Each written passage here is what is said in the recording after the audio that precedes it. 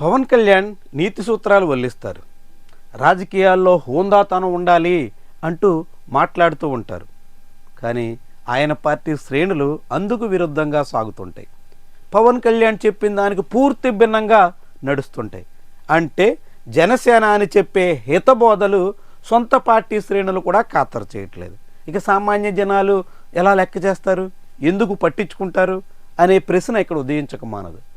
తాజాగా యలమంచిలి జనసేన పార్టీకి చెందిన ఎమ్మెల్యే సోదరుడు సుందరపు సతీష్ కుమార్ ఒకసారి ఏం చేశారో చూడండి.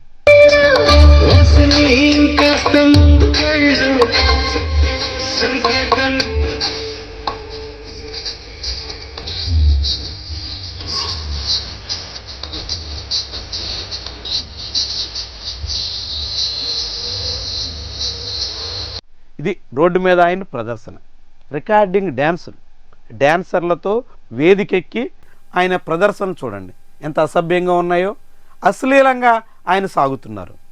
ఇలాంటివి ఒక ఎమ్మెల్యే సోదరుడే బహిరంగంగా చేస్తే ఇక ఊళ్ళలో అశ్లీల నృత్యాలు, రికార్డింగ్ డ్యాన్సులు ఇంకెంత విచ్చలవిడిగా సాగుతాయన్నట్టు, ఇంకెంత బరి తెగించి నడుస్తాయన్నట్టు.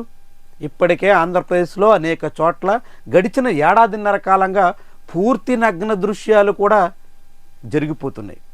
అలాంటివన్నీ వీడియోల రూపంలో వైరల్ కూడా అవుతున్నాయి. అయినా ప్రభుత్వానికి చీమ కుట్టినట్టు కూడా లేదు. అలాంటి రికార్డింగ్ డ్యాన్సుల ద్వారా సంస్కృతిని పరిరక్షిస్తున్నారా, దిగజారు చేస్తున్నారా అన్నది పవన్ కళ్యాణ్కే తెలియాలి. సంస్కృతి, అనాపాలజెటిక్ సనాతన్ ఆయన చెప్పేటువంటి మాటలు మరి ఆయన పార్టీ శ్రేణులు చేస్తున్నదేంటి? వాళ్ళు ఏమన్నా సంస్కృతి పరిరక్షణ, సంస్కృతి పోషణలో ఉన్నారా? అశ్లీల నృత్యాలు, అసభ్య వ్యవహారాలు ఇదేనా సంస్కృతి? అలాంటి సంస్కృతి ప్రోత్సహించే ప్రయత్నంలోనే పవన్ కళ్యాణ్ ఉన్నారా అనే ప్రశ్న ఇక్కడ ఉదయించక మానదు. జనసేన పార్టీ నాయకుడిగా ఉన్నటువంటి సుందరపు సతీష్ కుమార్ వేదికెక్కి రికార్డింగ్ డ్యాన్సులు వేస్తుంటే ఇక అది ఎంత దూరం వెళ్తుంది, సాధారణ కార్యకర్తలు ఇంకెంత బరి తెగించి సాగుతారు అనే స్పృహ ఉండాలి కదా. మరి ఈ సుందరపు సతీష్ కుమార్ మీద జనసేన పార్టీ చర్యలు తీసుకుంటుందా? అంతోటి అక్రమ వ్యవహారాలే బయటపడిన తర్వాత ఇప్పుడు కిరణ్ రాయల్ లాంటి వాళ్ళు జనసేన పార్టీ కార్యకలాపాల్లో ఎంత బరి తెగించి సాగుతున్నారో చూస్తున్నాం. వాళ్ళేమో నీతులు చెప్తారు, సూత్రాలు వల్లిస్తారు, కానీ వాళ్ళు సాగించే తెరచాటు బాగోతాలు బట్టబయలైన తర్వాత కూడా నిస్సిగ్గుగా వ్యవహరిస్తున్నారు. ఇలాంటి వాళ్ళంతా ఇప్పుడు జనసేనలో సాగుతున్నటువంటి వైనమే ఆసక్తికర విషయం.